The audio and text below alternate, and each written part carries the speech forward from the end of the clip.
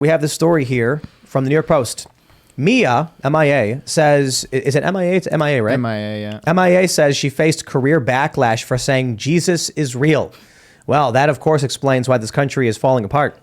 I'm only half kidding, actually. M.I.A says, the fact the biggest backlash in my career and life I'm facing after saying Jesus is real is such a revelation to me. People who control these apps rather me be a bad girl than a good one. That right there says it all. This is, she's a rapper? Is that what she does? Yeah, R&B rapper. R&B. And the machine goes after her because she says Jesus is real. Yeah. I'm not a staunch Christian, religious person. I do believe in God. But that says a lot to me. When she says they'd rather her be a bad girl. They want kids to have bad influences. Yeah. They want degeneracy. The algorithms of TikTok versus in the United States versus China. In China, it's engineering and science. In the United States, it's pronouns and gender stuff. I was learning about Kinsey last night. You guys know this Dr. Kinsey? Oh, yeah, Seamus. The sex doctor. And one of his students was Hugh Hefner, who later became the Playboy guy that started Playboy. And they were all about sexualizing society. Right. They'd go to colleges and they're like, we are going to sexualize everybody. Yeah. Man, let's do it. And we're still looking at it now. It's down the throat. It's just enabling degeneracy without any shame at all. And it's a shame that today it's more controversial for a celebrity to say that Jesus is real than for them to suggest that, oh, maybe there are two genders, or maybe that toddlers shouldn't have sex changes, or maybe the world isn't systemically racist. They are targeted for having their own personal beliefs and faith, and for, in her example, wanting to be a good girl, not wanting to be some OnlyFans model who is teaching young girls that they have to shop their bodies around for validation, when in all actuality, what truly are they trying to criminalize here? What kind of thought are they really trying to demotivate? And it's sickening because, as you said, it's the first step towards this grooming, not just in the sense of sexualizing young children, but also trying to over-sexualize just even adults. Like, why can't women, young women who aren't children, have good role models, and why can't they believe that Jesus is real? It's absolutely insane. Is there a context for her statement? Did you guys ever? She's recently become religious, and she says, "I believe in it. I'm not going to lie to you." She said it on stage. I don't know. I think she tweeted it. Yeah, just those 3 words. She said, basically, all my fans might turn against me because they are all progressives who hate people that believe in Jesus Christ in this country. In an Apple Music interview. Wow. Even if it costs me my career, I won't lie. I will tell the truth, and I will tell you what's on my mind and my heart. If I'm coming back now saying Jesus is real, there's a point. Bravo, man. That's I think there's a lot of atheists that are, or just people, maybe there was some sort of realists that are like, yo, if a guy dies, then he's no longer real. Like, he was real, but now he's gone. I don't know, man. I feel like you've got so many people who believe in simulation theory, as well as DMT, the veil, and machine elves, where I'm just like, at a certain point, you've got to not, like, you could be agnostic, but I don't know how you be atheist and just think that we're wet robots that cease to exist when we die. Yeah, because we also have video of John Lennon, and so is John Lennon real? I mean, it's a weird argument. Mm-hmm. And they're going to have deep fakes of us after we're gone. Will That's we be creepy. Real? They're going to they can take your social media profiles and then create a fake version of you. That's creepy, dude. Yeah. That's the singularity right there. Yeah. You will not exist, but there will be a weird facsimile of you existing. But my point is just when we have people come on the show, or when people go on Joe Rogan over and talk about DMT, and they talk about breaking through the veil and seeing machine elves and stuff, it's like, hey, there's something else beyond all this. It's just, I don't know why people think that what they can touch, smell, see, and hear is just it, and there's nothing else. That's weird to me. Yeah, that's one dimension out of many dimensions that we're all in, that we're all kind of in. And people got to understand, man, if you are just a wet robot, that is, the electrical impulses in your brain create the perception of you, that is a tiny fraction of the universe.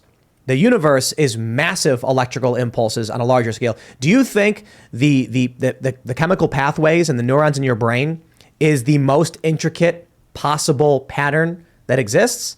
There's something bigger than that. Like, the system that creates you in your mind with the electrical impulses, there is a much larger version of that in the universe. I guarantee you. You are not the end all be all. That's the crazy thing to me. You know what I mean? How deep do you want to go?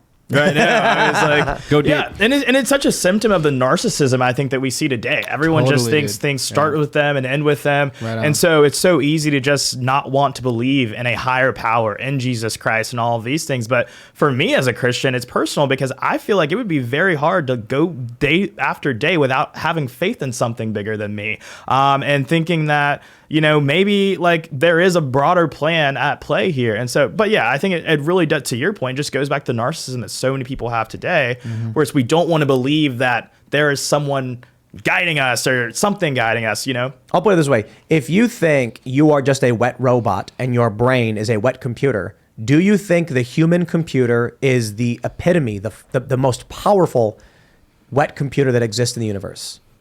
That to me is an insane proposition, that someone could be like, I think we're just wet robots, there's nothing else. And it's like, okay, well, there's something 100 times more powerful than you as a wet robot with better computational powers, more perception. And then to assume that what we can touch, smell, see, and hear is reality is insane to me. Yeah, it's like hubris almost. Yeah, I was asking ChatGPT about pride because I get hung up on this. Catholic pride is a sin, but American pride is a wonderful thing. And I'm like, ChatGPT, you know, this AI program on the internet, which you should all check out. ChatGPT, it's fascinating. What's the deal? Why do they say it's a sin, but we should do it? And it's like, you know, it is a sin, but a little is okay. I'm like, why is a little bit of a deadly sin okay? And it's like, well, some pride can be healthy, but it is generally, I'm like, well, why is some, you know, so I went on with this computer. And I think there's a difference between self-love and narcissism. Yeah. But we need to find that within ourselves. In the age of social media, it's very easy to fall into narcissism. Like I would make an internet video, I'd put it up, I'd watch it. Just to, you know, watch it. And then I find that I'm enjoying it. I like myself. So I'd watch it a second time. I'm laughing. I'm like, I want to watch it again. And then I'm like, yo, that's too far. I'm becoming narcissistic. And you're tracking the likes, you're tracking the followers, and then your own self-worth is devalued if it doesn't hit the metrics that you wanted to, right? So it's just like, it's such a trap. Like if you truly do fall in love with yourself to the extent that, you know, you also, I feel like, get a little bit of validation from other people, especially in the world that we're in as content creators. It's just like, you have to believe in something more. Like I think for your own mental health, for your own well-being, it's just like, I don't know. It keeps me sane personally, but yeah. What got you to believing that? I think for me, it's a little bit of a selfishness of peace of mind in a sense. You know, I think that, again, believing in a higher power and having the ability to have faith in a God and Jesus Christ is something that has always been pivotal to just me being able to say that I am not always going to be in control and I'm okay with that. That the things that are for me and the things that are not. And it's about just allowing yourself to just kind of be at the whim of something else for a little bit, and not just pretending as if, you know, everything ends and starts with you. Because I think that, again, it's the narcissism that pervades our society today, but it's also something that's incredibly prevalent within my generation, Generation Z. It's like, we're the center of our universe when we're not the center of everyone else's. And I think the sooner that you displace yourself from that myth, the happier you'll be, because you'll have so much less pressure on your own shoulders when you actually just don't believe that you are the end all be all to everything else. When you have that belief and motivation of the power of something outside of you, how do you get motivated personally? I think for me, it's that, well, the belief I think is rooted in the fact that you have to come from a place of like, where you were at a crossroads and you didn't really know where you wanted to go, right? Like you've tried everything, you've taken every turn, you've thought about all the options, but you just genuinely don't know. And I think you have to be to a place where, and you know, the Bible talks about, you have to be humbled and you have to be brought to your knees and you have to just seek guidance from somewhere. And I choose to seek it from him. And I think that like, that's just where I get the motivation, is that God has a predestined purpose for all of us. And I think that it would be a neglect of my gifts and my talents that he gave me to not fulfill that by being motivated, by being, you know, someone who has a work ethic, right? Because it's just like, my grandma would say something to me oftentimes when I was growing up, is that your talents are God's gift to you, but what you do with those talents is your gift to God. And I think like that's something that like always resonated with me even at a young age. I went through a phase where I was like, yo, being famous, being on stage, being wealthy, everyone's screaming my name while I'm playing for a crowd. That's narcissism, man. That's selfishness. But what I realized was not doing that is selfish. I need to fulfill my destiny or whatever this is, goal. Yeah. It's ego to keep me from doing it. Yeah. The ego. Yeah, that's right. Yeah. You know, Ian, hiding your talents and your beautiful face from the world, that's pure narcissism.